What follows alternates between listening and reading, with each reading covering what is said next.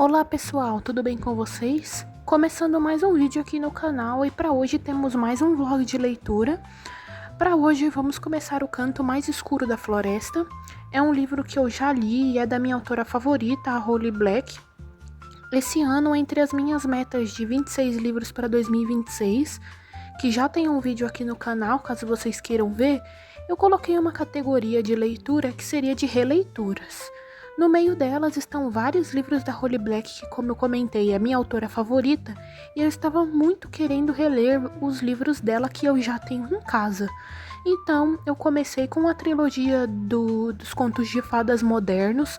Também gravei vlog de leitura para vocês dos 3 volumes, Tite, Valente e Reino de Ferro. Eles já estão disponíveis aqui no canal e eu vou deixar nos cards e na descrição. E em seguida, na ordem cronológica, seria O Canto Mais Escuro da Floresta, então eu vou ler ele nesse mês de março. Eu tô bem animada para ler. Eu adoro todos os livros da autora. Tinha um, na verdade, que eu não gostava tanto, que era Valente, mas com a releitura que eu fiz durante esse ano, minha opinião mudou muito, a minha interpretação mudou muito, e eu converso sobre isso com vocês no Reading Vlog que eu gravei. Mas esse daqui eu já gostei desde a primeira vez que eu li. Eu tenho essa edição que é um pouco mais nova, tem outra que é mais antiga que eu não gosto tanto da capa. Então eu fiz a escolha de comprar essa daqui e consegui comprar em uma promoção numa livraria uma vez. Então eu fiquei muito feliz em poder adquirir. Como é uma releitura, ele já tem marcações. Eu marquei com esses post-its azuis. Na época em que eu li o livro, eu não quis fazer color code, então eu gravei só com esse post-it simples. Porém, dessa vez eu vou fazer color code e já separei os materiais que eu vou utilizar aqui e vou mostrar para vocês. Assim como as minhas marcações dos contos de fadas modernos, eu vou usar essa cartela de post-its. Ela é bem vibrante e fica muito bonita nas marcações do livro, então eu vou usar ela de novo. Vou fazer o meu color code logo nessa primeira página e vou mostrar para vocês. Como marcador eu vou usar o de Tite dos contos de fadas modernos, porque ele é bem bonito. E aqui também nessa edição tem um mapa que eu vou mostrar para vocês com um pouco mais de detalhes. Ele não é exatamente de onde essa história se passa, e sim do povo do ar mesmo, do Príncipe Cruel e tudo mais. Mas ainda assim faz parte da história, porque o povo do ar aparece um pouco aqui também, pelo que eu me lembro. Então, ainda assim, ele está aqui. Ele tem muitos detalhes bonitos, eu gosto muito dos traços, dá pra perceber muitos momentos nele aqui, vários personagens, coisas acontecendo, então eu gosto muito dele. E o livro em si é mais simples, ele, diferente de, por exemplo, contos de fadas modernos, ele não tem nenhuma ilustração. O início dos capítulos é bem simples, a diagramação também é simples, apesar de boa. Então ele é assim. Então, como eu disse para vocês, vou fazer o meu color code e vou mostrar para vocês o resultado e depois sim eu começo a ler o livro. Esse foi o resultado do meu color code. Eu precisei fazer um pouco diferente, porque aqui é a página que eu gostaria de fazer com o título, mas ficou bem bonitinho. Coloquei 2 cores aqui e 2 ali. Azul para magia, verde para acontecimentos, rosa para romance e amarelo para informações. Então, conforme eu for lendo, fazendo novas marcações, eu vou conversando com vocês. E a página final desse livro, contando com os agradecimentos, tem 293 páginas. Então, em breve eu volto a conversar com vocês.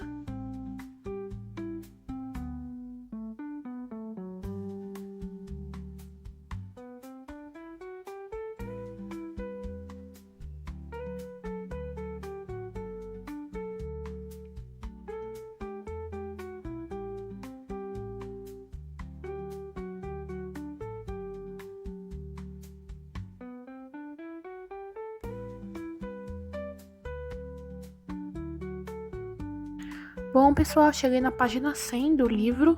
Resolvi conversar com vocês a cada 100 páginas, então, já que ele tem quase 300, formando 3 takes para esse vídeo. Bom, o primeiro, então, eu vou falar até a página 100. Lembrando que eu tô fazendo novas marcações, então os post-its velhos já estão aqui e novas marcações foram feitas. No último take, se não me engano, eu mostrei pra vocês o color code que ficou assim e eu tô gostando bastante do jeito que ele foi feito, mas vamos especificamente à história do livro. Primeira coisa interessante a ser dita sobre o livro é que ele acontece no outono, então já fica uma indicação para vocês aqui que essa estação está começando agora, ainda tem muito tempo para a gente ler livros temáticos, por exemplo, então já fica de indicação esse livro que acontece nessa estação. Bom, então o livro acompanha a Hazel e o Ben. Eles são dois irmãos unidos desde crianças, vivem muitas aventuras juntos, muitas delas relacionadas à magia. A Hazel é uma garota extremamente corajosa e valente que protege a si mesma e ao irmão e é um exemplo de protagonista forte. A Holly Black, de modo geral, constrói mulheres assim em seus livros, e um grande exemplo é o Príncipe Cruel, que tem a Judy, que é a minha personagem favorita. Eu adoro ela e adoro todas as personagens femininas que a Holly Black constrói. O Ben não é nada comum, já que quando ele era um bebê, ele foi abençoado ou amaldiçoado, dependendo do jeito que você vê, com o dom da música. Ele consegue enfeitiçar qualquer um quando começa a tocar. Isso acaba influenciando ele de um modo ruim. Tem uma cena até em que ele quebra os dedos das mãos para não tocar mais, então para ele acontece como uma maldição mesmo. Os pais desses dois são artistas, valorizam muito o diferente e repudiam o normal. Isso é pior em Fairfield, que é onde essa história acontece, e lá nada é normal e todo mundo conhece, ama e teme o povo do ar ao mesmo tempo. É muito interessante ver isso nesse livro, assim como nos outros da autora, em que as pessoas, tanto os humanos quanto as próprias fadas que conhecem a natureza delas, temem um pouco umas às outras, porque elas realmente são muito cruéis e não têm esse discernimento do que é bom e do que é ruim, o que seria ético fazer ou não. Eles fazem às vezes por sabendo que é ruim para sua diversão, então eles têm muito essa característica e tem que sempre tomar cuidado quando vai lidar com eles. Além desses protagonistas, temos outros personagens importantes, como os irmãos Carter e Jack, sendo Jack o mais interessante porque ele é um changeling. Esse termo já foi usado em Contos de Fadas Modernos, que foi a primeira série da autora relacionada a esse universo. Changeling é uma criança trocada. Normalmente as fadas pegam crianças humanas para levar para si e deixam suas crias fadas ali no lugar. E o Jack é um desses. E uma coisa bem curiosa nesse livro é que todos os personagens são fascinantes. Tanto os protagonistas quanto os pais deles também são interessantes, esses dois irmãos que eu conversei agora, então é tudo muito cativante. A Hazel e o Ben sempre sonharam com um garoto que dorme em um caixão de vidro na floresta do lugar onde eles moram. Ele vive lá desde a infância dos pais deles, então faz muito tempo. É um garoto com chifres, todo mundo sabe que ele é do mundo das fadas por causa dos chifres e das orelhas pontudas. Como eu disse pra vocês, ele tá ali há muito tempo, ele também traz muitos turistas pro lugar, todo mundo sabe que as fadas vivem ali de um modo mais presente, e ele aparentemente é algum ser da realeza, porque ele usa um gibão azul com alguns detalhes em ouro, então todo mundo sabe que ele seria um ser bem importante. Tudo muda quando esse garoto acorda e a Hazel percebe que ela tá acordando suja de terra e de folhas, mas ela não se lembra de nada durante a noite. Ao mesmo tempo que ataques às pessoas começam a acontecer, aqui no livro fala que por ser um lugar que as fadas estão bem presentes, virava e mexia acontecia alguma coisa, mas em momentos muito espaçados e que não incitavam tanto medo nas pessoas, mas aqui nesse momento começa a acontecer com mais frequência. Muitas pessoas têm que ser hospitalizadas e estão sendo atacadas, tem toques de recolher à noite, então a coisa tá ficando feia. Tem uma história de um tal de Adder King que tá atrás desse garoto de chifres, e na cena final a Hazel vê ele perto de uma conhecida sua da escola, praticamente morta na rua. Ela foi uma dessas vítimas que foram atacadas. Muitas coisas desse livro eu me lembro, mas eu tô bem curiosa com o desenvolvimento dessa história. Eu tô gostando muito dela, já fiz muitas marcações, principalmente relacionadas a acontecimentos e magia, mas também já dá pra sentir um pouco de romance aqui. Enfim, muitas informações, muitos acontecimentos. Como eu disse pra vocês, está sendo uma leitura bem cativante. Eu sou suspeita pra falar porque eu gosto dos livros da autora, gosto da escrita e principalmente do universo dela. Então o livro tá sendo muito proveitoso pra mim e eu tô gostando muito de tudo que tá acontecendo aqui. Então, vou a partir aqui da página 106, vou conversar com vocês assim que eu chegar a 200 ou por volta da 200 e atualizar vocês porque tem muita coisa aqui que precisa ser desenvolvida. Bom, pessoal, consegui avançar mais na minha leitura de O Canto Mais Escuro da Floresta. Agora eu parei por volta da página 200, então só falta mais esse take e o próximo para eu finalizar o vídeo e a leitura. Por enquanto, essas são as minhas marcações. Elas ficaram bem bonitinhas, de um jeito que eu gostei bastante. E vou conversar com vocês, então, a partir da página 106, que eu parei de conversar com vocês, até os acontecimentos da 212, que foi aonde eu parei. Bom, começamos com o encontro da Hazel com o garoto de chifres, que se diz chamar Severin. Ela logo chama seu irmão, que também tem a oportunidade de ver o ser que eles cresceram esperando acordar. Aos poucos, a Hazel vai descobrindo suas missões noturnas. Ela recebe castanhas com avisos dentro. Severin fala sobre como ela o libertou e fica cada vez mais intrigada e curiosa. Depois de um tempo, a gente descobre que ela deu 7 anos da sua vida pro povo em troca do seu irmão ter a oportunidade de melhorar sua música. O povo é assim, ele concede desejos, mas é um preço bem alto e que frequentemente só beneficia a eles. Temos até um capítulo nas memórias do Jack, que é um personagem que eu gosto muito nessa história. E essa parte é bem interessante, porque como eu disse pra vocês, todos os personagens são muito legais aqui. Então ter esse capítulo especificamente dele foi uma experiência muito legal. Bom, em um dia na escola em que a Hazel tá esperando ansiosamente para sair com o Jack e ver se eles descobrem alguma coisa em uma festa das fadas, uma coisa importante acontece. Um monstro enorme de galhos, vinha e terra destrói a escola, meio que possui os alunos e anda pelos terrenos assustando muito as pessoas. A atmosfera que a autora cria nessa parte é muito bem feita. Esse monstro repete muito trechos específicos. Especificamente, ela fala: eu o amava e ele está morto e enterrado, puro osso. Eu o amava e o tiraram de mim. Onde ele está? Então ela repete bastante isso. Isso vai ser explicado mais pra frente, pelo que eu lembro do livro. Mas essa parte já fica um mistério muito grande do que aquele monstro tá falando, de que circunstância ele tá falando. Então o livro vai ficando mais interessante a cada página. Depois desse momento crítico, a Hazel tenta fazer algo mais substancial e pede ao Jack para levar ela até a festa das fadas e buscar respostas. Lá ela conhece a criatura que enfeitiçou seu irmão, a mãe verdadeira do Jack e por fim o Alder King, e esse momento é cheio de revelações. Ele conta que ela vinha pagando a dívida dela de 7 anos sendo cavaleira do rei durante a noite, que a criatura de musgo que está atacando a cidade se chama Sorrow, e ele dá a missão da Hazel de capturá-la, e que o Severin, o garoto de chifres, é o seu filho. Então eles conseguem ter certeza de que aquele garoto que eles olhavam há tanto tempo é realmente um príncipe. Aqui também tem a explicação de uma história recorrente dentro das histórias das fadas da Holly, que é o do Temlin. Ele é um cavaleiro humano obrigado a servir uma rainha fada, mas é salvo pela sua amada também humana chamada Janet. Essa parte eu queria comentar com vocês porque é interessante, já que, como eu disse, outros livros da autora também falam dessa lenda. Enfim, depois desse capítulo importante da Hazel, temos outro importante do Ben. Ele estava em casa, cansado de pensar e procurar a Hazel quando Severin aparece e quer conversar com ele. Ele conta a história da sua irmã, Sorrel, que se tornou a Sorrel. Ela amava um humano e se casou com ele, mesmo com a contrariedade do pai, o Alder King, e o próprio irmão Severin. Seu pai tinha dito que se ele fizesse a Sorrel chorar 3 vezes, ele seria punido, e isso aconteceu. O Severin mesmo matou ele, e a Sorrel sofreu imensamente com essa perda de uma pessoa que ela amava tanto.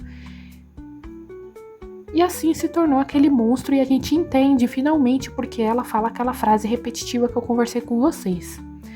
Nessas páginas também temos alguns momentos meio românticos da Hazel e do Jack, e do Ben e do Severin. São casais que eu gosto muito de modo geral nas histórias da autora.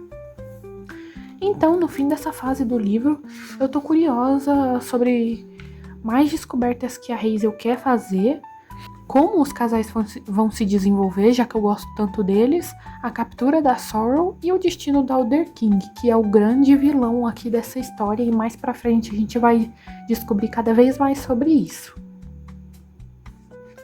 Bem, pessoal, terminei a minha leitura de O Canto Mais Escuro da Floresta e vim conversar com vocês desde a página que eu parei, aqui na 212, até a página final, que é a 290.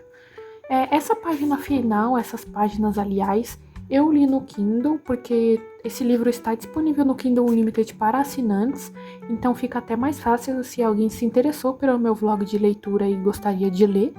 Então eu, por enquanto, não passei as marcações para cá, mas vim conversar com vocês sobre o que aconteceu aqui no final, porque eu tava bem ansiosa para compartilhar tudo isso com vocês. Nesse final, as coisas importantes que tinham em aberto foram resolvidas. De modo geral, a autora constrói muito bem a história ao longo do livro e no final as coisas realmente se resolvem. Depois que os personagens descobrem sobre o monstro, eles montam um plano mais direcionado para salvar a Sorrel do melhor jeito possível, principalmente a pedido do Severin, que ainda tem muito amor pela sua irmã e gostaria de salvar ela, porque ele se sente um pouco culpado pelo que ela se tornou e pelo jeito que ele agiu. Então todo mundo leva isso em consideração e quer salvar a Sorrel de alguma maneira. Em mais um ataque desse ser, o Ben usa a sua música para acalmar ela e funciona muito bem até o final, quando ela deixa até que a seiva dela cure quem ela atacou. O Alder King tinha dito que aos ataques dela a cura seria justamente a sua seiva e ela deixa eles pegarem disso para salvar as pessoas, então essa parte também é bem interessante. Um fato importante aqui é que no final o ser não se torna um ser humano de novo, ele continua sendo esse monstro, entre aspas, de terra, de seiva, de outros materiais da natureza, mas ainda assim muito mais controlado, muito mais amoroso, voltando um pouquinho a ser o que era quando era um ser como o Severin, por exemplo. O Jack fala algumas informações interessantes que fazem diferença na batalha da Hazel contra o Alder King, e a mãe fada dele tinha a ver com essa história passada desses personagens. O Ben também lembra de coisas cruciais para Hazel buscar a espada, que ela estava devendo para o Severin e para o Alder King. Ela sabia que seria importante para vencer todos os desafios, tomar decisões, lembrar do tempo que ela estava em serviço, pagando aquela dívida dela de 7 anos à noite e vencer as adversidades. A parte final relacionada a isso também é muito boa, a autora conseguiu criar cenas muito bem, principalmente a queda do Alder King, mas isso eu vou deixar como comentário final para contar para vocês o que aconteceu. Sobre os casais, eles realmente ficam juntos, ambos de um modo muito bom, a Hazel e o Jack se declarando um pro outro depois de tanto tempo que se gostam, e o Severin dizendo ao Ben que ama ele, tanto que o Ben resolve ficar com as fadas, tanto para treinar sua magia, que ele sente medo de descontrolar e não ajudar ele e a irmã quando eles precisam, quanto para ficar com o seu amado também, já que ele sabe que o amor dele é recíproco. O desenvolvimento dos casais, ambos são bons, como eu disse para vocês, mas eu acredito que toda a história do Ben e do Severin é muito mais profunda e mais bonita para mim. Então, nesse desfecho, o Alder King é um novo ser mágico que fica preso no caixão de vidro como o seu filho estava antes e volta a servir de motivo de interesse para o povo de Fairfield. Então, ainda continua sendo um lugar onde as pessoas gostam de ir por causa do contato direto com as fadas, todas essas coisas permanecem. Uma coisa interessante também é que em outros mapas desses livros da autora é mostrada uma parte de Fairfield que tá lá o caixão. Em outros vlogs de leitura eu posso até mostrar para vocês, porque ainda tem outros livros desse universo que eu queria reler. Então eu vou mostrar tudo isso para vocês em breve. E essa foi a minha leitura de O Canto Mais Escuro da Floresta. Espero que vocês tenham gostado de me acompanhar em mais esse vídeo, lendo mais um livro da minha autora favorita. Como eu disse para vocês, ele faz parte da minha meta de 26 livros para 2026, que já tem um vídeo disponível aqui no canal. E junto com esse, eu também vou deixar para vocês o link de todos os vídeos que eu já gravei lendo essa série da autora, esse universo, aliás, com aqueles contos de fadas modernos que eu li em fevereiro. Então eu vou deixar tanto nos cards quanto na descrição para vocês poderem acompanhar essa saga de lendo esses livros da série da Holly Black. Bom, não se esqueçam de comentar suas opiniões sobre o vídeo, sobre o canal, sobre a escrita da autora ou algum livro dela, caso você tenha lido. Também curta o vídeo para o YouTube entender que o meu conteúdo é interessante e entregar para mais pessoas. E claro, se inscreva no canal e ative o sininho para não perder os próximos vídeos, tanto esses relacionados à leitura dos livros da Holly Black, que é a minha autora favorita, mas também outros vlogs de leitura, outros vlogs variados que eu sempre estou postando aqui, vários conteúdos diversos aqui para vocês. Fico por aqui e até breve!